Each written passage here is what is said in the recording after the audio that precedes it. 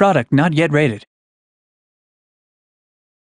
Hey guys, my name's Tomasz Gop. I'm an executive producer at CI Games working on Lords of the Fallen, our action RPG that's been in development since 2011 and it's going to come out this year on PlayStation 4, Xbox One and PC. Let's roam a little bit around Old Monastery, and in the meantime I'll tell you about some crucial ideas that drive the development of our game. First few combat encounters you will see here focus around faster and agile opponents, so I'll try to use lighter gear and maneuver right. For example, trying to get the perfect positioning and perfect timing for an effective critical strike. It requires a little bit of practice, but is well worth the effort. The world we set the game within is very old, and the legend has it that a couple thousand years ago, people have fought and successfully defeated their god together with his demonic army, and it's since then that they believe evil can be completely cast away from human nature. Each individual who commits a deadly sin is forever marked with a tattoo across the face, becoming an outcast for an entire lifetime.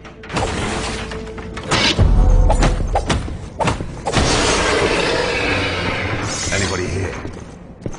Harkin, our hero, has a very dark past behind him, and because of that, when the demons, or the Roger as we call them, started to reappear, he is assigned to face the threat. It's almost as if people believe that they can fight evil with evil. Oh, and by the way, it's worth mentioning that we really put a lot of work into highlighting the feeling of intense duel within each single one-on-one encounter that you will come across. Here, this next enemy normally would not be much of a hassle because he's mainly attacking from a distance, but surprise, surprise, there's a second one.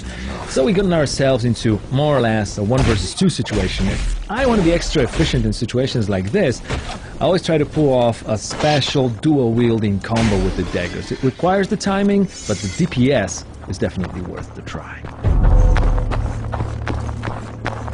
The game will also unlock new worlds for you to explore once you advance on the story path, but the ones you just left are not locked away from you. It's not only possible, but also very encouraged to re-explore the places you've already visited, and the new areas will open up, presenting you with new loot and new opponents.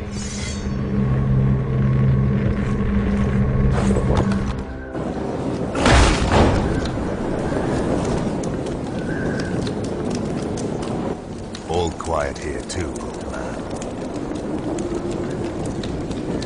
I'm not leaving without answers.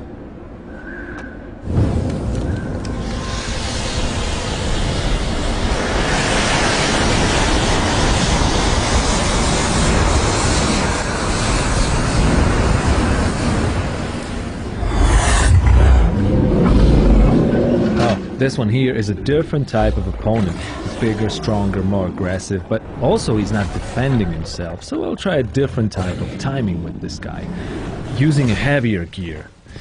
Since we're not a slasher, certain things will not work, like mashing the button, for example. Blocking, well, that probably won't get you far in the long run. So let's set the pace right here. I'll get in, wait for a time to deal slower and stronger strike, then get out, rinse and repeat. It's quite useful with heavy weapons like this hammer, and you can even charge the attacks. Another one bites the dust.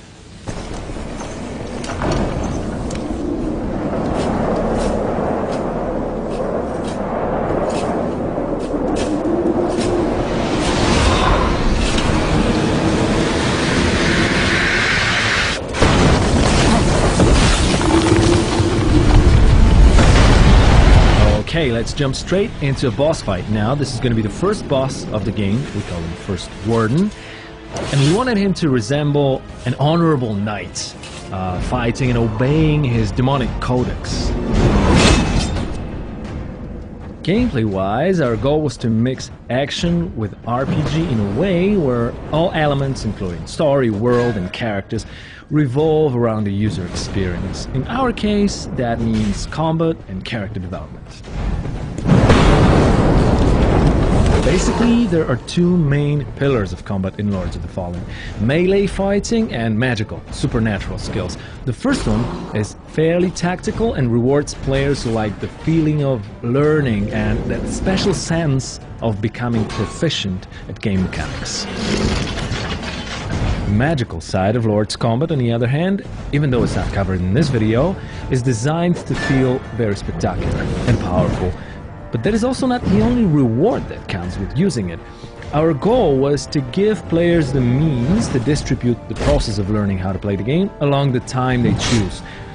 You'll always be able to use magic at times when the difficulty spikes, so it's up to you if you want to use advanced strats instead, especially if that might get you a better loot. There are 3 character classes that you can choose from at the start of the game: warrior, cleric and rogue, and they will determine the set of spells that manifest your playing style. Apart from that, the statistics of a character, the gear that you want to use, can be freely mixed regardless of its suggested class association. For example, if you're more into heavy weapons but still want to keep that light rogue armor, there's no reason not to try this combination out. Or defensive play with a shield or an offensive dual weapon approach, they both can be mastered and become lethal with enough skill and persistence.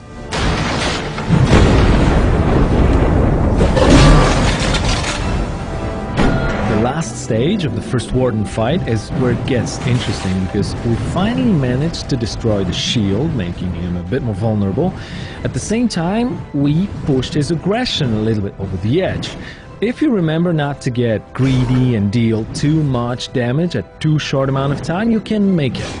Just please try to avoid his special attack, as it can stun lock you, and of course, we wouldn't want that, would we?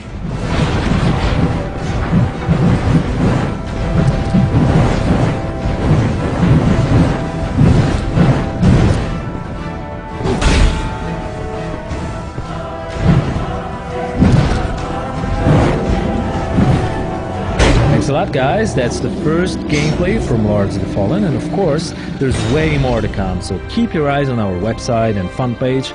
We want to make sure you know everything you wish about our game before it gets to your PlayStation 4, Xbox One and PC.